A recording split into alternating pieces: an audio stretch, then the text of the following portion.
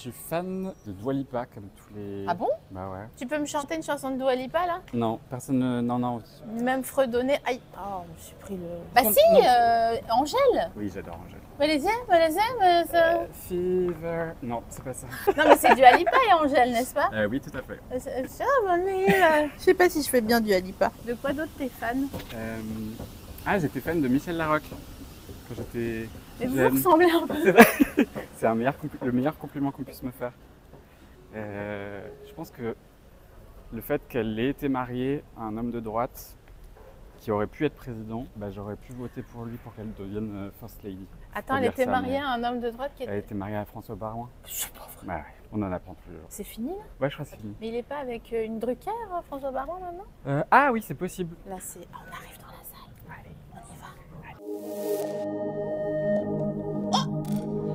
Oh, ça alors Mais ce serait pas le dernier épisode de la saison?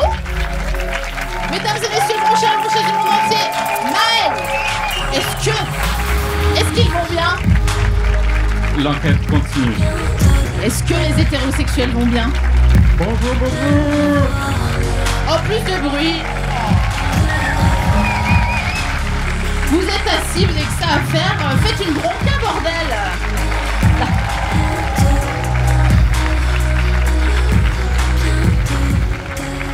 Merci. Coucou, Coucou, ça va? ça va? Est-ce que t'es un peu stressé ou ça va mieux? Je suis un peu stressé. Quand je stresse, je baille. J'arrêtais pas de bailler là, pendant 5 minutes. C'est normal, tu hyperventiles? Ah, Ouais. L'étape Ok. d'après, c'est de s'évanouir. bah super. Est-ce que je peux te demander quelque chose? Mm. Il y a un truc qui me stresse dans Bientôt de te revoir. C'est les gens qui gardent leurs chaussures dans le canapé. D'accord, Est-ce que je peux enlever mes chaussures? bien sûr. C'est Tu peux pour que je enlever sois tes confort chaussures. en fait et pour me déstresser. Enlève tes chaussures, je vais regarder si t'as des sockets ou si Alors- t'es... Ah, T'es pieds nus? je suis super en chaussures dans un canapé. Attends, t'es pieds nus? Non. T'es en socket? Ouais. Bah vas-y. Je sais que c'est clivant. Vas-y, pendant que t'enlèves tes chaussures, on va faire un sondage. Dans le public, qui est soquinette? Je vais Qui, cacher. qui est pieds nus? Ah ouais. Ouais, bah ouais. Bah ouais. Après, c'est vraiment des strings de yep que t'as... Ils sont très très courts, tes Toi, soquinettes. tu fais comment? T'es pieds nus quand t'as... Non, c'est trop mouillé, après, c'est désagréable. Bah oui. Puis ça sent pas bon. Ouais, mais moi, je pue pas des pieds. Je pue pas des pieds. Je sens la noisette des pieds, mais je... Mais il y a beaucoup de gens qui disent qu'ils puent pas et... Ouah, ça c'est chaud. Si j'ai dit toute ma vie, non, mais moi je pue pas des yep. Une fois j'ai pué des yep dans un exercice de théâtre, mais parce que j'étais en talons et en bas, en mi-bas. Et mes chaussures étaient trop petites, c'était du 36 et je faisais du 38, mais j'étais au lycée donc. Je trouve que tu te justifies beaucoup là. Mais je crois pas que je pue des pieds. Attends, je vais regarder. Bah, s'il te plaît. Attends, je vais entrebâiller ma chaussure.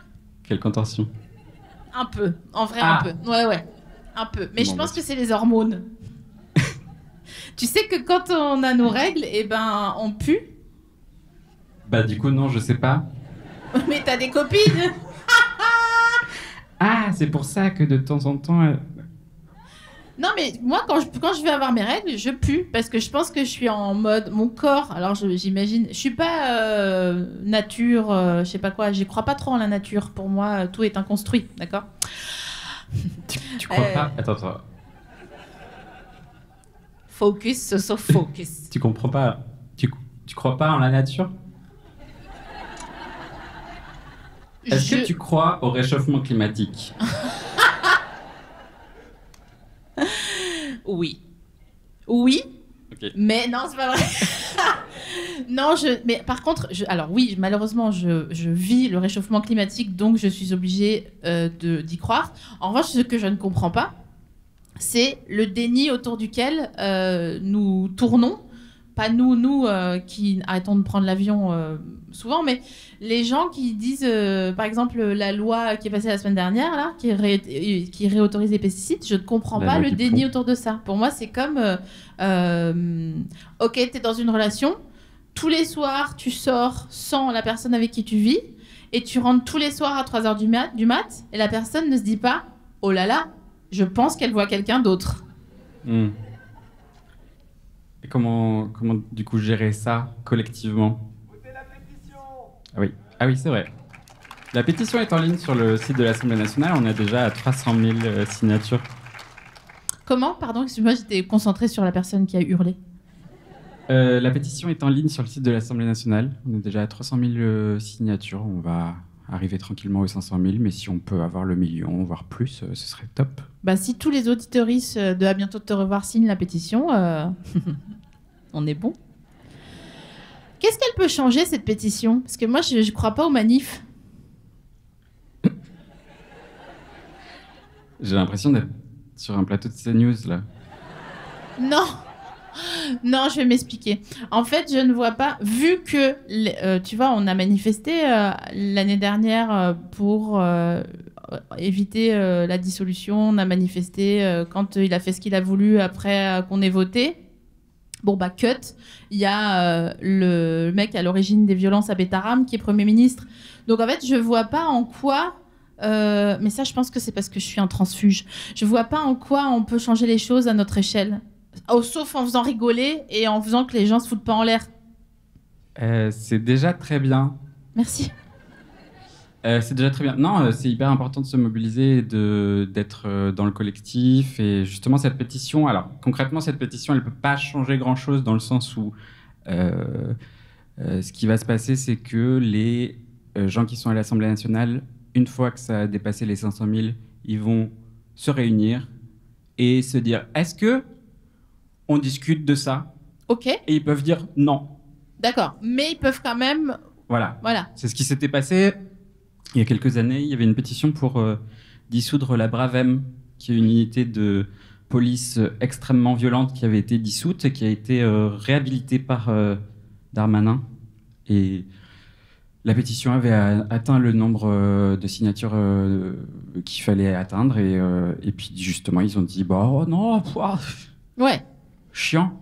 C'était le mec à l'époque l'ami de Macron, non? Comment il s'appelait Alexandre Benalla. Oui. Benalla. Oui, Alexandre Benalla, bien sûr, je me souviens plus. Non, c'était avant ça. D'accord. Il n'avait pas besoin de la Bravem pour casser des gueules. Les hommes n'ont pas besoin d'une corporation officielle pour être violents. C'est vrai, on le rappelle, en ce samedi matin de 19 juillet. Et après, c'est les vacances. Donc bon, on va essayer de se détendre. Voilà. Comment tu te détends, toi, Maël? En me mettant accroupi sur un canapé. Comment je me détends? En fait, je ne connecte pas avec ce qui se passe à l'intérieur de moi, donc je sais pas si je suis stressé ou pas. Tu vois, par exemple, là, toute la semaine, les gens m'ont dit « Alors, est-ce que tu es stressé ?» J'étais là « Non. » Mais regarde l'état de mes doigts, en fait. Montre-les à ta caméra qui est ici avec le point rouge, là-bas. Je vois rien, il y a le... J'ai l'impression d'être... Voilà. Ah, j'ai plus le nom. Catogan, rond de cuir. Vous vous souvenez plus ou pas? Je suis pas avec toi, là. Je suis dans un état... J'ai envie de dire Mais c'est Jean-Michel le dernier Jarre. épisode, c'est pas grave. Elle est où la caméra? Elle est où? Vous, rond de cuir, un chanteur, il avait un... Francis Lalanne, merci. Ah. On se réveille là, les amis. Merci beaucoup. Donc ça veut dire que tu n'es pas connecté à tes émotions? Non, mais c'est tout le travail que je fais en ce moment depuis quelques années avec mon psy et puis d'autres thérapeutes. Et c'est cool de commencer à faire ça. Oui, je crois. Fact, ouais. Mais pour le stress, apparemment, non, c'est toujours pas. Il y a pas. Bah, c'est pas. Selon d'où ça vient. On va rentrer dans un épisode. Je t'ai dit, on n'est pas obligé de faire des blagues dans le canapé. Selon d'où ça vient, c'est vrai que ça peut prendre des formes multiples, mais c'est presque pas mal en fait que tu te ronges les ongles. Parce que ça veut dire que l'autodestruction est circonscrite au bout de tes doigts. Ok. Ah, tu veux dire que je peux pas avoir d'autres comportements autodestructeurs? Si, tu peux. Ah. Mais ouf. mais disons que si c'est ça, c'est pas mal. Ok. Parce que ça veut dire que t'es pas en train de te taper la tête contre un miroir quand ça va pas ou c'est quelque chose que tu fais? Non. Je ne suis pas hétérosexuel.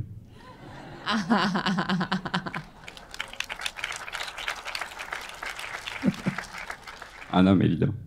C'est marrant quand même que cette question rhétorique que tu as posée à toute la francophonie accueille autant de sympathie. C'est bien faire montre que les gens sont conscients que tu dis la vérité. Les gens sont conscients qu'il y a peut-être effectivement un sujet. Je pense que justement ça a eu ce succès que j'anticipais pas du tout parce que on a tous et toutes, qu'on soit hétéro ou queer, déjà vu, subi des comportements absurdes liés à l'hétéronormativité, entendu comme quelque chose, un système de normes. Je sais pas, des exemples genre dans un mariage par exemple la femme qui stresse pendant 6 mois, qui fait des régimes, etc., et le mec qui arrive en costume pas repassé par exemple. Des chabites bourrés. Chabites bourrés. Ouais, ou pas bourrés d'ailleurs. Oui, bon, je sais pas ce qui est le pire, mais je te jure. Le mec qui, enfin tout ce qui est aussi qui paye au premier date, etc. L'amitié homme-femme, ça n'existe pas. Tout ça, c'est des choses qui, même si on n'est pas woke, même si on ne connaît pas les termes hétéronormativité, masculinité toxique, etc., en fait, ça peut nous interroger, et je pense que c'est cette question qui vient nommer ça. Moi, ce que j'adore, c'est quand tu articules ça de manière très claire, et que par ailleurs, quand on est dans des milieux qui ne sont pas nos milieux à nous, partant du principe que nos milieux sont safe, il faudrait faire une petite enquête là-dessus, mais ça dénonce, attention. Pas vénère à marre. J'adore quand les gens disent oui, c'est pas parce que tu dis des mots compliqués, pas du tout compliqué, vraiment, c'est des mots comme week-end, c'est plus compliqué que hétéronormativité, vu qu'il y a dans les deux mots collés ensemble le principe de ce que ça veut dire. Donc, non. Oui, c'est assez transparent. Oui, totalement. Alors, qu'est-ce qui a fait Non, j'allais dire qu'est-ce qui a fait que tu t'es lancé dans cette enquête, parce qu'avant ça, t'étais dans ASMR Politique et c'est pas fini. Non, mais c'était peut-être trop un télo pour que les gens comprennent. Mais tu sais que je le pense. Le fait de chuchoter, c'est intellectuel ? Ouais. Oui, parce qu'en fait, les gens en référent audiovisuel Frenchy Shore. Ok. Et du coup, à mon sens, pour moi, c'est... Franchement, je vais te dire la vérité, Maëlle, d'accord, on est entre nous. Tu disais pas la vérité jusqu'ici. Si. Mais je vais te faire une vraie phrase que je ressens au plus profond de moi. Pour moi, ASMR Politique, c'est la forme d'art la plus brillante, à part la cuisine, à laquelle j'ai assisté, d'accord ? Ok, voilà. Oui, voilà.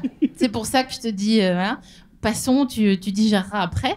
Mais pour moi, le fait de faire un jingle au drone, comme si on regardait le Tour de France, avec la question « Est-ce que les hétérosexuels vont bien ?», c'est tellement frontal qu'on est obligé, qu'on soit dans le fin fond du Pas-de-Calais ou dans le 10e arrondissement en train de boire de la mauvaise bière comme du gasoil chez Jeannette, de s'y intéresser. Je sais pas quoi répondre. Non, il n'y a pas... C'était pas... c'est comme... Est-ce que les mais hétérosexuels... merci, je sais... Enfin, c'est... Est-ce que... Je vais bien.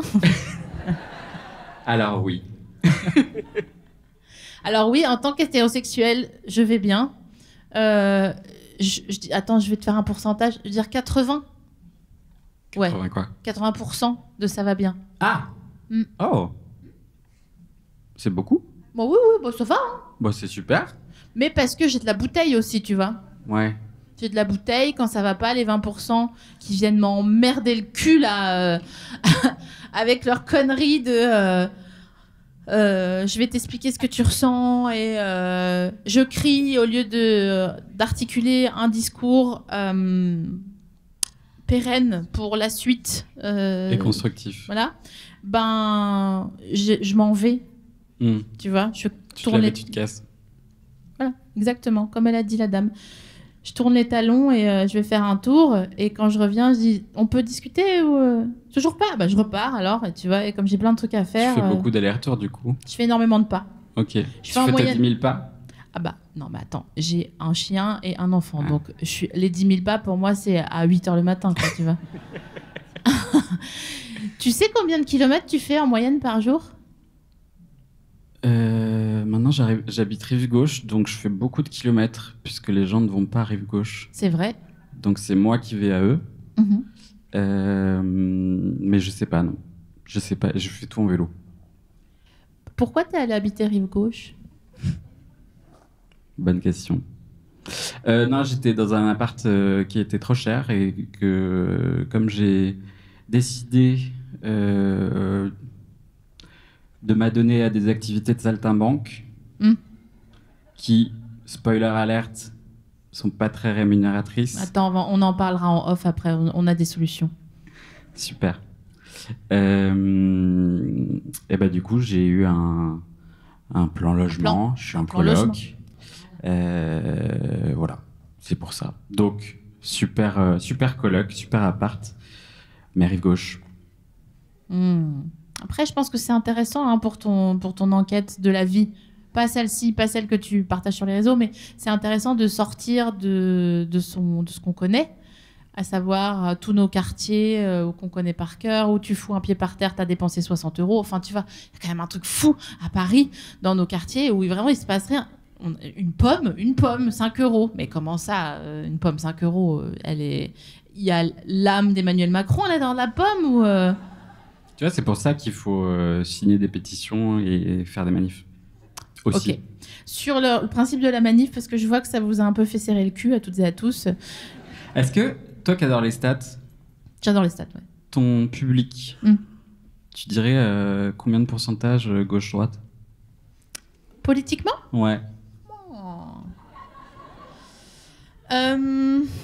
Alors, je pense que, si je puis me permettre, je pense que c'est un petit peu plus compliqué que ça.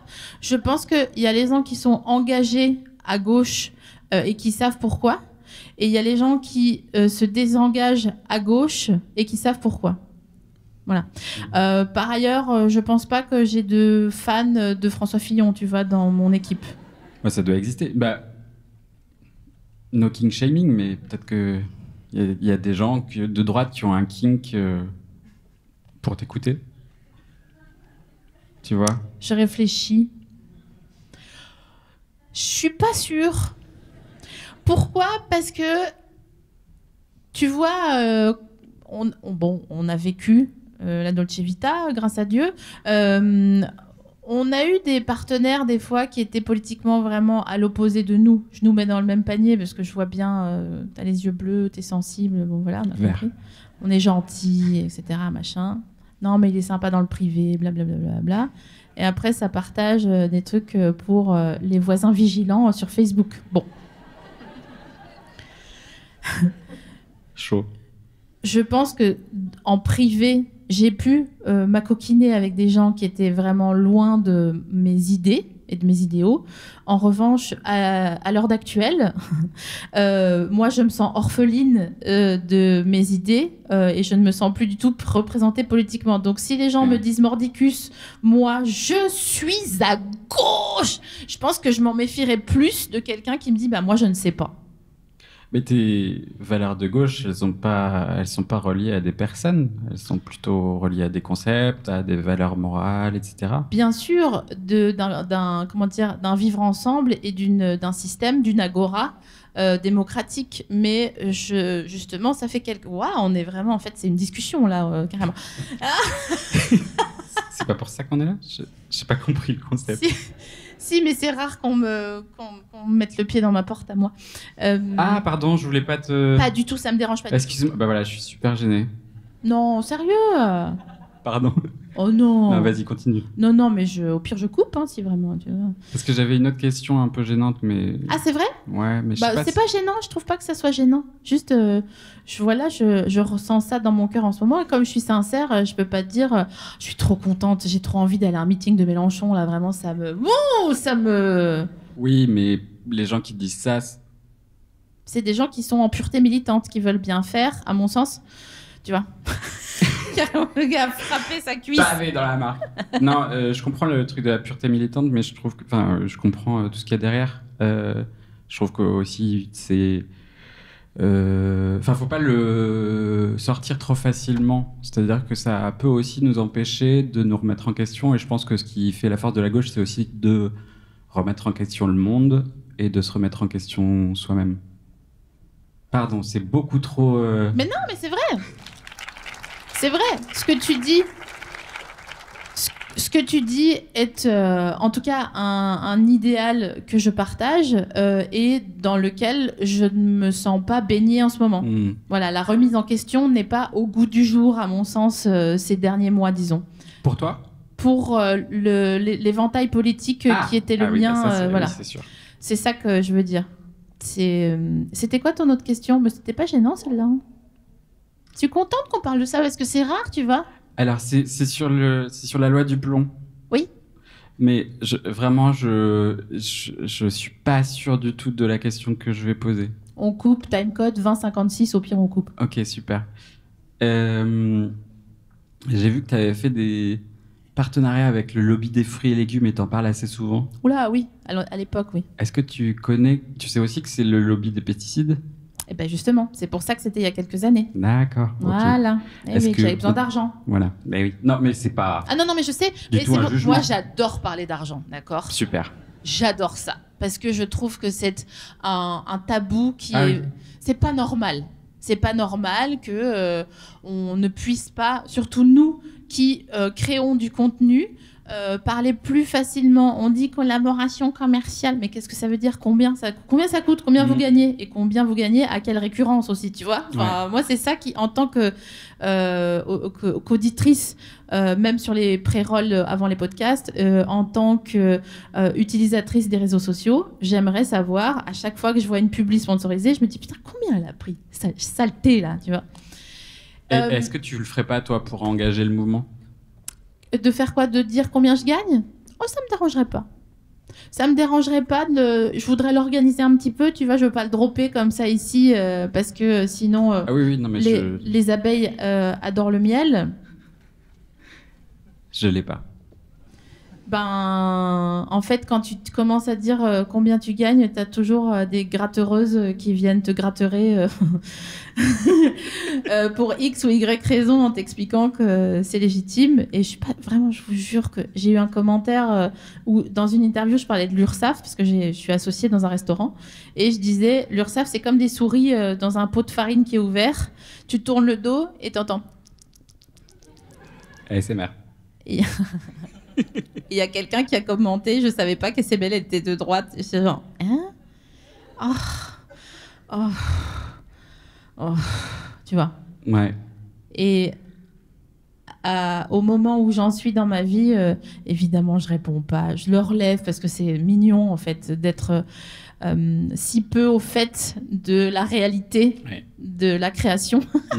Et cette personne qui est certainement fonctionnaire quelque part. Attention, il va remettre un commentaire en disant que t'es de droite. Mais je l'attends. Moi, j'ai toujours dit, si vous avez un problème, vous m'envoyez un message. On se retrouve place des Fêtes, c'est là que j'habite, et on discute au bar des Fêtes en bas. Je suis là. Pour l'instant, personne n'est venu, donc moi, je suis là. Je suis là pour mes électeurs. T'aimerais bien faire de la politique? J'en ai déjà fait. Raconte-moi. T'es sûr? Non, j'ai fait mon stage de fin d'études au Modem. Dingue! Ouais, j'étais de droite avant. Waouh. Donc j'ai fait la campagne de François Bayrou. Je sais pas si vous connaissez. Putain, lui c'est une michto. Hein. Wow!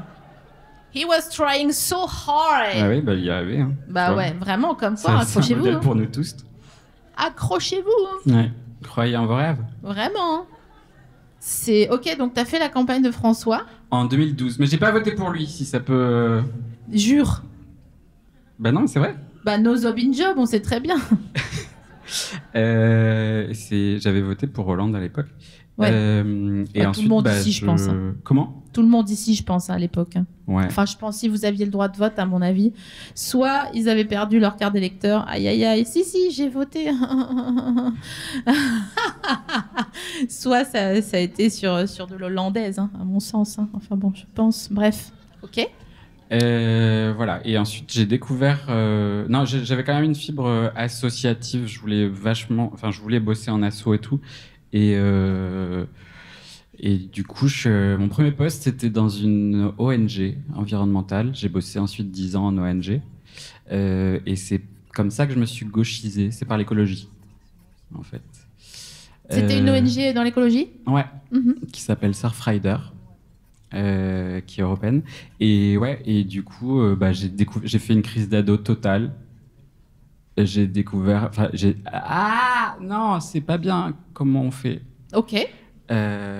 Et pour l'anecdote, c'était drôle parce que j'étais avec un mec de droite à l'époque. Mm-hmm. J'ai déménagé à Biarritz parce que le siège était à Biarritz. Ouais. Non, mais il était à Paris. Je l'ai rencontré 2 semaines avant de partir. Ok. Et à l'époque, j'étais de droite et quand je suis revenu, j'étais plus de droite. Bah, si t'habites à Biarritz, je pense à un moment donné, ça te passe fort la... Non, tu penses pas ? De quoi? De vivre à Biarritz, je pense que ça te dédroitise quand tu n'es pas local. Ça m'a déprimé surtout. J'étais pas en été. Hein. J'adore Biarritz, mais il pleut tout le temps. Vraiment. C'est vrai qu'il pleut tout le temps. Ouais, c'est un enfer. Et j'avais pas d'amis. Non pas. Et j'en ai toujours pas. Non, j'avais pas d'amis puisque j'avais emménagé là-bas pour le boulot. Donc, les seuls amis que j'ai, c'était les amis mes collègues, quoi, qui étaient super. Mais du coup, c'était un peu compliqué. Et mon mec était à Paris. Et il a vécu toute ma transition. Dingue. Dans l'écologie, ça a été... et moi, je savais pas doser. C'est-à-dire Tout était méga important. C'est-à-dire que prendre l'avion, c'était pareil que prendre un sac plastique. Ah oui. Et du coup, c'était compliqué pour lui. Il y a Noël, c'était un sujet du coup, avec le sapin. Je disais, non, arrêtez avec les sapins, sérieux. Oui, quoi. déjà. Oh Puis pour faire des sapins aussi moches, franchement, ça vaut pas le coup de les couper.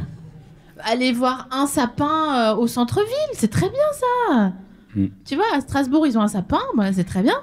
Très beau sapin d'ailleurs. Il est un peu croum, comme on dit en alsacien. Il penche parfois. Ah. Croum, ça veut dire tordu. Ok, ça s'applique à tout? Oui. Ok. Par exemple, le fantôme à la quéquette croum, c'est notre version du... À la quoi? À la quéquette croum. Tu connais pas le fantôme à la quéquette tordue? Non. Attendez, attends, j'ai pas eu d'enfance. Qui, par pitié, me laissez pas seule, qui connaît ce personnage? Voilà, merci. Attends, c'est un truc local? Non, c'est national. Hein.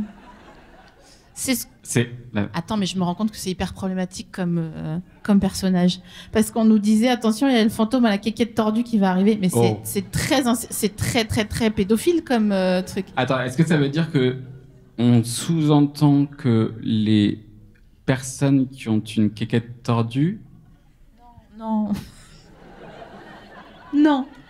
Je sens beaucoup de jugement. Non, mais parce Pardon que d'essayer de faire avancer l'enquête. Tu fais une... c'est comme dans un commentaire composé, tu te trompes de sujet, tu vois. Okay. Le fantôme à la quéquette tordue, c'était... Quelqu'un a Internet et peut taper fantôme à la quéquette tordue dans sa barre de recherche. Là, le ciblage va être dur après sur l'algorithme. Si quelqu'un a des infos, on y revient dans 5 minutes. Vous me dites bip bip si vous avez des infos, d'accord? Quelqu'un peut chercher? Je veux voir tous les téléphones s'allumer comme un concert de dinos. Merci beaucoup, je te vois au milieu. Ok. Donc tu es devenu de gauche. Ouais. Est-ce qu'on parle de cet amoureux à l'imparfait? Ah oui, oui. Ah oui, ok. Oui, le coup de justement Noël et le fait de... on est allé faire les courses de Noël. Évidemment, tout était végé, etc. Donc, beaucoup de changements. Et on arrive à la caisse et je lui dis, t'as pris les sacs? Et il n'a pas de sac. J'ai dit, on repose tout. Non, t'es pas sérieux. Relou, putain. Ah ouais, j'ai envie de me taper aussi. Ouais. Tu regrettes cette histoire d'amour par ailleurs ou pas? Ah, l'histoire d'amour ou le sac? Non, l'histoire d'amour. Ah non, pas du tout. Ok, cool. Tant mieux. Hein. Ouh là là, sinon ça serait long la vie. Oui, non, non. Comment ça s'est fini l'histoire? Déjà, on était sur des trajectoires de vie différentes. Lui, c'était quoi sa trajectoire de vie? Oh bah lui, il était en libéral, plein de projets, etc. Comme toi aujourd'hui, hein, finalement. Oui, tout à fait, mais très entrepreneur, etc. Non, mais en fait, je pense qu'on n'était pas sur les mêmes longueurs d'onde. Et puis aussi, à l'époque, moi, je ne savais pas ce que je ressentais et ce que je voulais. Ah putain, c'est vrai. Donc, je crois que c'était un peu le bordel pour lui comme pour moi. Donc, on a arrêté. On a arrêté, je crois, juste 2 semaines avant que je remménage à Paris. Ah, bah, très cool. bon timing. Vraiment, ça s'appelle un correspondant jusqu'ici, ton histoire. Vraiment? Non, on était très souvent chez l'un et chez l'autre. Ok. On faisait, ce qui était cool, c'était qu'on avait des vacances, une relation un peu de vacances, justement. À Biarritz en plus, donc c'est sympa. Voilà. Et quand tu dis j'ai décidé de devenir saltimbanque, quand est-ce que a été effectué le switch définitif? Pas encore. Oui. J'ai 2 casquettes. Alors, tu redis le mot casquette. Je te jure, c'est toi qui fais l'interview et je ne te pose plus aucune question. Voilà, je te le dis. Ok, donc t'as 2 casquettes. Attends, me tourne pas. J'ai 2 couvre-chefs. J'y pive, vas-y. Donc, je suis créateur de contenu, qui englobe plein de trucs, mais qui ne me paye pas grand-chose. Tu me fileras des adresses Bien sûr, pour les t'inquiète, partenariats. on fait ça après. Sinon, je suis consultant en com, en freelance, spécialisé dans l'accompagnement des structures engagées. Donc, j'ai continué le boulot que j'ai fait dans les ONG. Qui t'appelle et qu'est-ce qu'ils te disent? Beaucoup de spam, beaucoup de gens qui sont à l'autre bout du monde qui me disent « Allô Pardon, Non. Excuse-moi, je suis concentrée, donc j'écoute la vraie réponse. Sinon, mon cerveau, il va partir dans un truc vraiment... on n'en a pas fini, quoi. Ok. Eh ben, j'accompagne... mon cœur de métier, c'est les ONG, justement. Donc, tout ce qui est communication, action de communication, et puis aussi, justement, action de plaidoyer. Donc, plaidoyer, c'est le lobbying des gentils. En gros, comment on fait pour influencer la décision publique dans le sens de l'intérêt général? Je l'ignorais. Je suis passionnée par ce que tu es en train de me raconter. Eh ben, c'est super. Ok. Donc, je suis là, et je te dis, ok Maëlle, j'ai besoin d'un plaidoyer. Qu'est-ce qu'on fait? On part de ma communauté et de qu'est-ce que je peux faire moi et combien ça va me coûter? Quel est ton objectif? Ok, merci pour cette question. Mon objectif, c'est que les petites gens desquels je ne fais plus partie, mais j'ai l'impression d'en faire encore partie, fassent preuve de bon sens et puissent articuler un discours qui leur permette de changer les choses petit à petit, en mode témoin de Jéhovah, mais du bon sens. Quel est ton objectif? Ok, moi je fais partie d'une communauté de gens qui veulent bien faire et qui considèrent que tout le monde a voix au chapitre à partir du moment où l'intérêt commun est respecté. Donc en gros, être bien élevé, hein, tout simplement. Mais je me rends compte à 41 ans et demi que les gens sont souvent pas bien élevés. Et j'ai envie de créer une impulsion où les gens se disent « Attends, avant d'ouvrir ma gueule, je vais réfléchir si ça a un intérêt, si je n'utilise pas de la bonne passante pour rien. » Okay. Et j'ai envie de faire pour que, par exemple, la pétition contre la loi... Duplon. Duplon, j'allais dire tout bon, pas du tout. C'était il y a quelques années. Soit signée et qu'on arrive réellement à 1 million de signatures d'ici, 10 août. C'est possible ou pas? Ce que j'entends dans ce que tu me dis... Alors, il y a 2 parties dans ce que tu dis. J'ai l'impression qu'il y a un aspect où, globalement, tu veux que les gens ferment leur gueule s'ils ont rien à dire. Ce qui est quand même notre objectif à peu près à tous. Ok. Hein. Ok, ouais. Et tu veux qu'ils l'ouvrent quand même pour les choses importantes. On va se focaliser sur le deuxième point, si tu n'y vois pas d'inconvénient. Bien sûr, je ferai ça à place des fêtes le premier. Ok. Il y a un aspect démocratique. En fait, là, c'est une question de plaidoyer sur, en gros, la délibération collective. Comment est-ce qu'on prend les décisions tous et tout ensemble? Un des gros exemples, un des très beaux exemples qui a été mis en place par Macron. Attention, restez avec moi. C'était la Convention citoyenne pour le climat. Mm-hmm. Très belle initiative, très critiquée en plus au départ par les ONG concernées, mais elles se sont dit bon ben on y va quand même, on va voir ce que ça donne. Donc la Convention citoyenne pour le climat, ça a été porté notamment par Cyril Dion, Marion Cotillard aussi, pour justement réunir des citoyens et des citoyennes tirés au sort, leur faire travailler sur des sujets, avoir des experts et expertes qui leur parlent des sujets climatiques pour qu'à la fin ils prennent, on espère, les bonnes décisions. Mm. Il y a eu, je crois, 150 propositions qui ont été amenées. Ça a montré aussi d'un point de vue sociologique et puis justement de ce qui s'est passé à l'intérieur de ces assemblées, que même des gens qui étaient à la base climato-sceptiques, en fait, ça les a fait virer de bord en ayant les bonnes informations. Ok, génial. Et les propositions qui sont sorties de cette convention étaient en fait hyper radicales. Alors que c'était monsieur et madame tout le monde, que à la base, ils n'allaient pas se dire... je crois qu'il y avait une proposition sur la limitation du nombre de vols par an et par habitant. Génial. Je sais plus exactement ce que c'était. J'adore. Mais on peut se dire qu'a priori, c'est une mesure qui n'est pas du tout populaire, mais pourtant, elle a été sortie dans ce cadre-là. Et ensuite, Macron s'est assis dessus.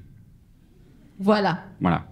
Et nous, à ton dernier complément d'objet indirect, est-ce qu'on peut faire quelque chose? On peut justement se mobiliser. Précise-moi, se mobiliser. Entre les élections, il y a plein de manières de se mobiliser. Entre les élections, justement, en signant les pétitions, en les relayant, en parlant aussi avec vos proches. Par exemple, la loi du plomb, si vous avez un groupe WhatsApp familial, désolé d'abord, et ensuite, vous pouvez envoyer la pétition à votre groupe WhatsApp. En fait, on s'est rendu compte que pendant les élections, par exemple, législatives de l'année dernière, j'ai l'impression que c'était il y a 1000 ans. Je te jure. Time flies. Que les gens qui étaient les plus à même de changer d'avis ou alors d'être convaincus d'aller voter alors qu'ils n'avaient pas prévu au départ, c'était parce qu'il y avait des proches qui leur en avaient parlé. Et ça, c'est hyper important de garder le lien avec les personnes avec qui on vit, on est en communauté, etc. Donc ça aussi, c'est un bon moyen de se mobiliser. Et puis après, il y a tout le travail associatif, de s'engager, d'être bénévole dans des associations, peu importe. Enfin, pas des assos de start-upers, mais des assos qui font des choses utiles pour la communauté. Tu considères pas qu'il y a des assos de start-upers qui peuvent être utiles pour la communauté?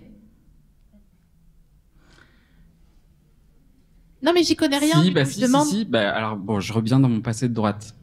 Ok. Pourquoi je voulais te demander un safe word avant pour... Ouais. Bon. Écoute, c'est ta vie. Je veux dire, tu vois. Non, mais j'assume complètement le fait, pas d'avoir été de droite, mais le fait d'avoir le cheminement. Je trouve que c'est hyper important. Mais c'est charmé. C'est plutôt sincère de dire ça plutôt que de dire oui, comment ça? Et puis après, 2 ans après, il y a quelqu'un qui digue sur toi parce que tu as un succès à 4 millions et puis tu es plus dans la merde qu'aujourd'hui où c'est entre nous dans un canapé chiné sur le bon coin. Assise très confortable par ailleurs. Ouais. Bravo. J'ai fait partie des juniors entreprises. Donc déjà, ça dit beaucoup de choses, hein. Mais super asso quand même. C'est des associations étudiantes qui sont implantées dans les établissements d'enseignement supérieur pour faire comme des cabinets d'études, en gros, mais beaucoup moins cher. Un peu du travail dissimulé, mais ça forme en fait beaucoup. C'est comme si les étudiants et étudiantes avaient leur propre entreprise. Et moi, ça m'a beaucoup formé. Donc, ça existe. Ok. Merci pour ces réponses. Je t'en prie. À présent, je vais te poser une question vraiment primordiale. C'est une question de vie ou de mort.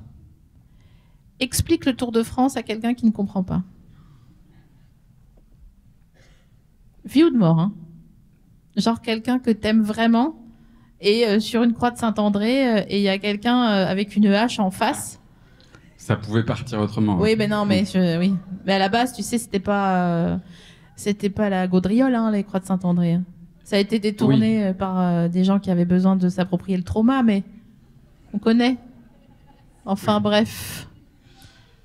Tour de France. Hyper compliqué. Tour de France, globalement, c'est un rassemblement hétérosexuel où des gens font du vélo, ils bloquent des routes pour passer.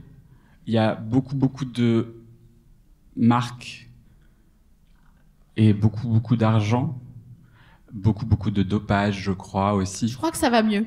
Ah. Ouais. Okay. Je crois que ça va mieux parce que tous les mecs... Voilà un espoir pour l'avenir. Oui, totalement, mais c'est juste parce qu'ils ont appris de leurs erreurs.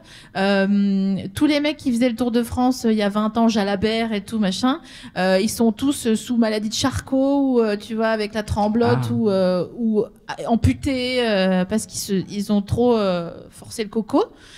C'est prouvé que c'est à cause de ça ? Bah après, ils faisaient rien d'autre que ça, donc tu vois. C'est peut-être juste le vélo qui... Je sais pas. C'est le frottement de la selle.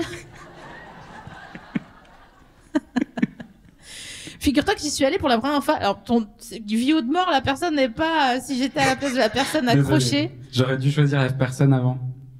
Bah, non mais, alors, ton explication est pas mal, mais on n'a aucune règle du Tour de France. Mais je les connais pas. Qui les connaît ? Enfin...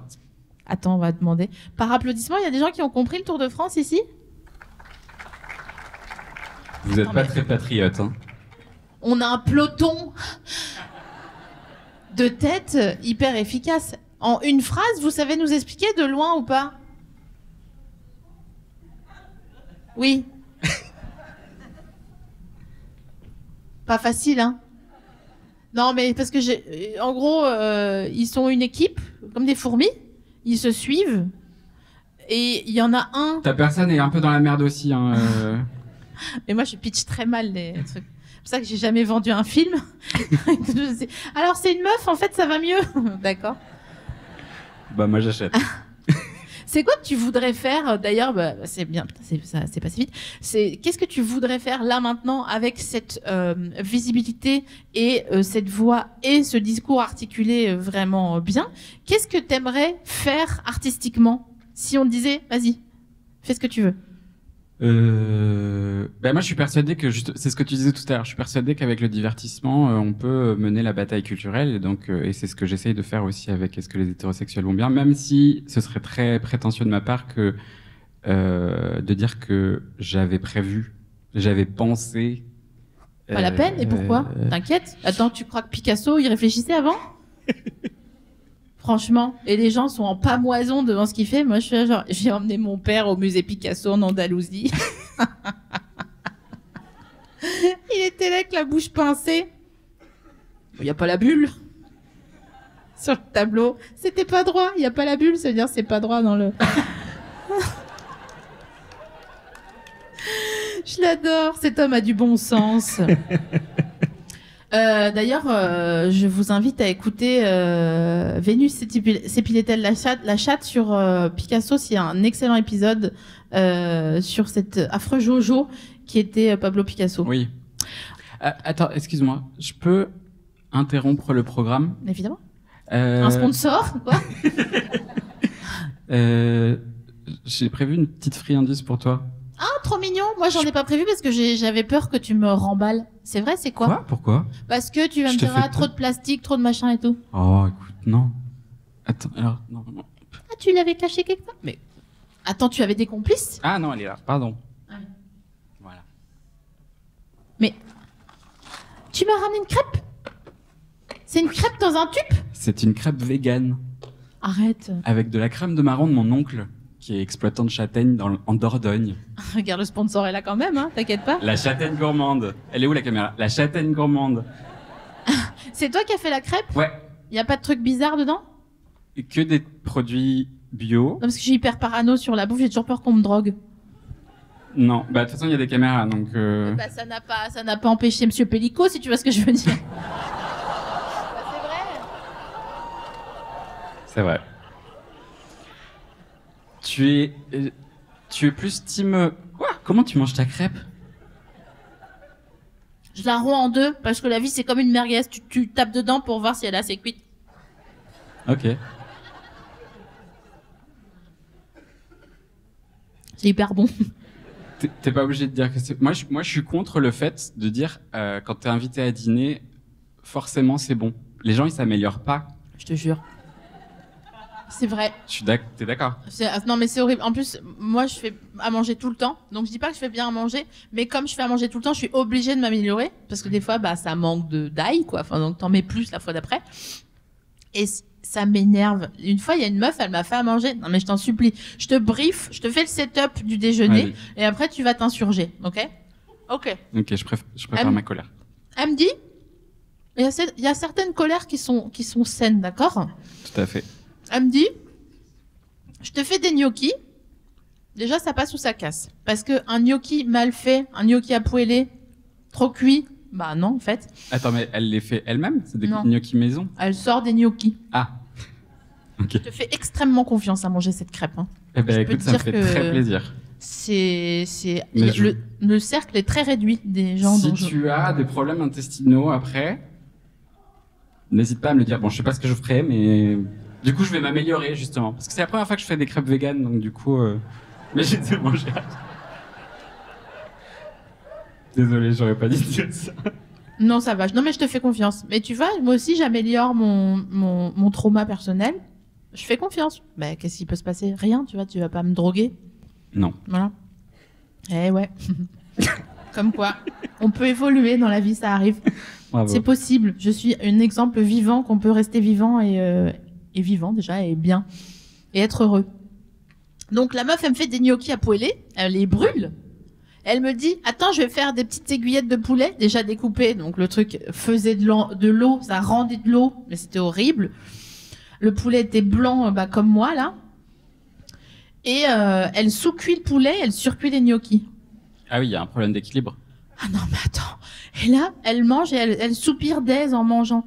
Ah, tu sais, comme quand t'avais faim vraiment. Et j'étais en face. Et moi, j'étais genre, mais donne-moi un peu de, je sais pas, un petit cube, quelque chose, un petit peu de magie pour assaisonner. Rien du tout. Voilà, c'est ça que je voulais te dire. C'est scandaleux. Elles sont hyper bonnes, tes crêpes. Tu sais quoi, la recette? Alors, tu sais, comme c'est vegan, il y a toujours des trucs un peu très spécifiques. Farine, thé, 55, 65, je sais pas ce que c'est, mais bon, en général, je ferme le site, mais là, Comme les gens qui racontent une recette, mais pendant 800 signes avant, mon mari a adoré la première fois que j'en ai fait. Ok, Steve. Et là, ça faisait longtemps que je n'avais pas refait les courses. Ok, bah toujours, on s'en fout en fait. T'es en train de critiquer mon anecdote? Non, pas du tout. Non, parce qu'elle a été très concise étant donné que tu ne m'as pas donné la recette. Je mangeais les deux. Alors, ok. Farine thé 55, fécule de maïs, Bien sûr, maïzena. huile neutre, Ok. apolitique, du sucre, une pincée de sel, et alors pas assez d'arôme de vanille, je trouve, mais Jamais assez. bah voilà. Moi, je fais les crêpes Pierre Hermé, je mets la moitié du truc, de l'arôme, plus secret, pardon pour les gens qui... Je te comprends plus. plus une demi-bouteille de fleur d'oranger. Ah, j'ai failli mettre de la fleur d'oranger, mais C'est clivant. c'est clivant, et comme la crème de marron, déjà c'est clivant, j'étais dans le risque. Alors, mon plat préféré dans la vie, c'est des châtaignes, des érelles, de l'ail et de la crème. Ensemble? Donc là, il y a un des éléments, tu pouvais pas mieux tomber. Ah bah franchement, trop bien. Mesdames et messieurs, est-ce que les hétérosexuels vont bien? Merci pour cette magnifique saison. Attendez, je fais un truc un peu plus en fanfare, je suis de l'Est, donc je sais pas faire les... Ah, je remets mes chaussures Oui. pendant ce temps-là. Tu peux les remettre comme ça. Hein. Je finis mon bout de crêpe. C'était le dernier épisode de cette saison. 6 de À bientôt te revoir. Ça, c'est la première info. Prends le temps. Je tiens donc à vous remercier pour avoir accompagné ce retour, pendant lequel je suis devenue productrice de l'émission. Bravo. Ça fait quoi d'être une boss lady? Beaucoup de stress, beaucoup de joie, plus de joie que de stress. Un accompagnement, parce que je dis que je suis productrice, mais je suis en coproduction avec le MK2 Institut qui nous accueille, puisqu'on est au MK2 Bibliothèque aujourd'hui. Et d'ailleurs, c'est les personnes du MK2 Institut que je vais remercier en premier pour cette belle saison. Isis, Emma, Étienne, Elisha, tout le monde, tous les gens qui sont qui m'ont accompagné sur cette saison et qui ont permis de coproduire, sinon il y aurait qu'une moitié d'émission. Je vais remercier aussi le MK2 Bibliothèque qui nous accueille, toute l'équipe, Joao, Ménade, Philippe, tout le monde ici, Vincent. Je vais remercier mon équipe de Calme-toi, bien sûr, Laura, Léa, Doriane, Tali, Anaïs au son. Tu prends des risques en listant. Ouais, mais en fait, j'ai fait une liste dans ma tête avant. Ah, okay. Esteban qui rejoint l'équipe de MK2 qui monte ses émissions. Toute l'équipe de l'Écart qui est l'école qui filme cette émission avec Chloé et Sylvain. Pardon, c'est peut-être un peu chiant les remerciements, mais c'est important quand même, ils ont bossé. Parce que si j'étais toute seule à le faire, ben ça serait ça serait un live Insta, quoi. Donc c'est ok. Ce serait super aussi, mais... Oui, mais ça fait pas bouillir la marmite. C'est vrai. Tu vois? Ouais. Et quand même, il y a un moment donné où on commence à apprécier le confort, parce que si on est confortable, ça veut dire qu'on a le temps de se faire chier. Si on a le temps de se faire chier, ça veut dire qu'on a le temps de créer. Tu vois, le cercle est vertueux. C'est vrai. Quand on a la sécurité financière, on a la sécurité émotionnelle, et donc on peut faire de l'art. Moi, je me fais pas chier. Se faire chier, attention, c'est pas péjoratif, hein, c'est genre juste avoir le temps de regarder, quoi. Ah. Voilà, ça tu fais. Ok, oui. Bah déjà en vélo. Moi, je scrolle, quoi. C'est ça que tu veux dire? On scrolle? Ça peut être ça. Ok. Ça peut être aussi avoir le temps de s'asseoir plutôt que de faire de la compta. Parce que tu fais ta compta debout? T'es vraiment une chipie. Oh non. Et à présent, je vais te remercier parce que tu étais le dernier invité de cette belle saison. Donc merci bravo, beaucoup. merci à toi. Merci pour cet honneur.